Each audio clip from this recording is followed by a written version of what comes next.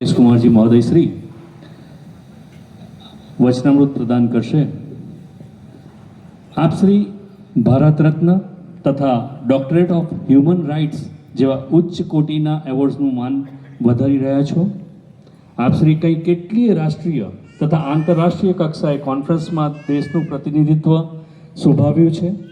આપ શ્રીના મંતવ્યોથી ઘણા policy decision પર પ્રભાવ પડ્યો છે। આ ઉપરાંત વર્લ્ડ રિલિજિયસ પાર્લામેન્ટમાં પણ આપ શ્રીએ ભાગ લઈ પુષ્ટિમાર્ગ, સનાતન ધર્મ તથા હિન્દુત્વના વિષયો પર અનુમોદન આપી વિષયની પ્રગતિમાં સિંહ ફાળો આપ્યો છે।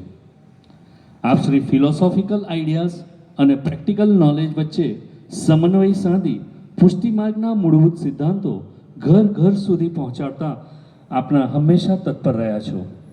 આપ શ્રીએ સમાજના પુનરુત્થાન માટે સર્વિસ ટુ હ્યુમેનિટી ઇઝ દિવ્ય ફાઉન્ડેશનના સંસ્થાના ચેરમેન પદ પણ આપ શોભાવી રહ્યા છો। સંસ્થા અંતર્ગત આપ શ્રીના જીવનનું મિશન પણ સ્પિરિચ્યુઅલ અપલિફ્ટિંગ છે। વ્યસનમુક્ત સમાજ, વેલ્યુ બેઝડ એજ્યુકેશન જેવા જીવનના દરેક વર્ગને સ્પર્શતા પ્રશ્નોનું નિરાકરણ આપ શ્રી આપના જીવનનું ગોલ બનાવ્યું છે। સ્વામી 108 ડૉક્ટર વાગેશ કુમારજી મહારાજ શ્રીને નમ્ર પ્રાર્થના કરું છું કે આપનું વચનામૃતથી હાજર તમામ વૈષ્ણવોને કૃતાર્થ કરે। પરમ પૂજ્યપાદ ગોસ્વામી 108 ડૉક્ટર વાગેશ કુમારજી મહોદય મહારાજ શ્રી। श्रीमता बालकृष्णेन स्वामिनी सहित सदा सेवितो द्वारिकानाथो मस्तके मम राजतम। उपस्थित चिरंजीव बन्ने बाळको, उपस्थित બધા જ કાર્યકર્તાગણ, આજે બહુ જ મહિલા મંડળોનો સહકાર મળ્યો છે એવા બધા જ મહિલા મંડળ, ઉપસ્થિત બધા જ તનુજા, વિત્તજા અને માનસી સેવા કરતા તમામ વૈષ્ણવજનો,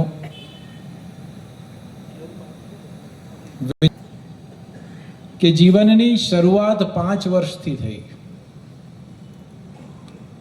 પૂજ્ય પિતૃચરણ સાથે 5મા વર્ષે હું બારગામ ફરતો થયો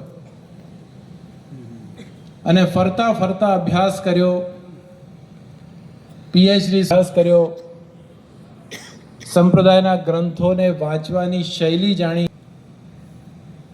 સંપ્રદાયના ગ્રંથ લેખનનું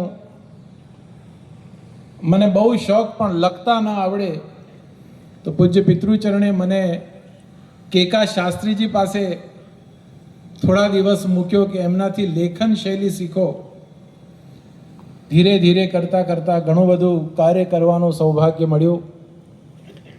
આંતરરાષ્ટ્રીય પુષ્ટિમાર્ગીય વૈષ્ણવ પરિષદ હોય એવી અનેકવિધ સંસ્થાઓ સાથે આજે પણ જોડાયેલો છું। બહાર નીકળીને દિલ્હી સુધી જોડાઈ ગયો છું, સરકારથી નહીં સંસ્થાથી। એટલે સૌથી મહત્વનો મુદ્દો એ છે કે જા પર કૃપા રામ કી હોઈ તા પર કૃપા કરે સબ કોઈ, એમ તુલસીદાસજી કહે છે। એમ શ્રી દ્વારકાધીશ પ્રભુની, શ્રી ગોવર્ધન ધરણની, શ્રી યમુનાજીની અને શ્રી ગિરિરાજજીની જો કૃપા ન હોય તો આ બધું જ કાર્ય કરવું અશક્ય છે। કર્યો છે અને પૂજ્ય પિતૃચરણના માર્ગદર્શનમાં કર્યો છે। મને એક પ્રસંગ યાદ છે।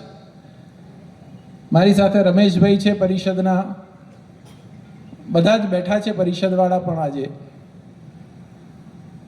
રોજ પણ ચાલતા ચાલતા થાકી ના જવાય એ જોવાની જવાબદારી તારી છે।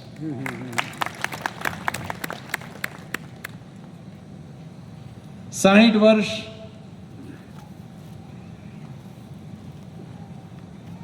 ઘણી બધી સંપ્રદાયની પ્રવૃત્તિઓ કરી,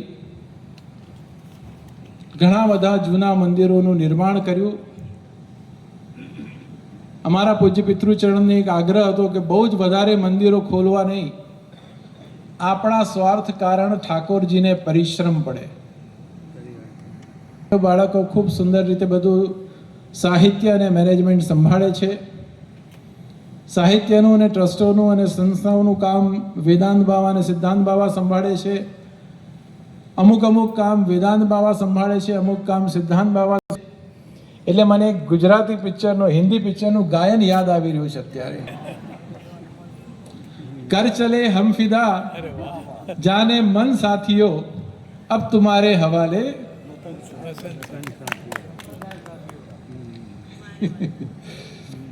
તો કહેવાનો મારો તાત્પર્ય છે કે વધારામાં વધારે 2-4 વર્ષ સંપ્રદાયની સેવા ચોક્કસપણે જાહેર ક્ષેત્રમાં કરવાની ઈચ્છા છે.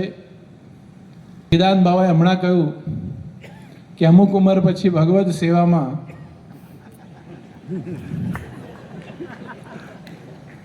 નિશ્ચિત રૂપથી અમારે ત્યાં 2 માર્ગ છે.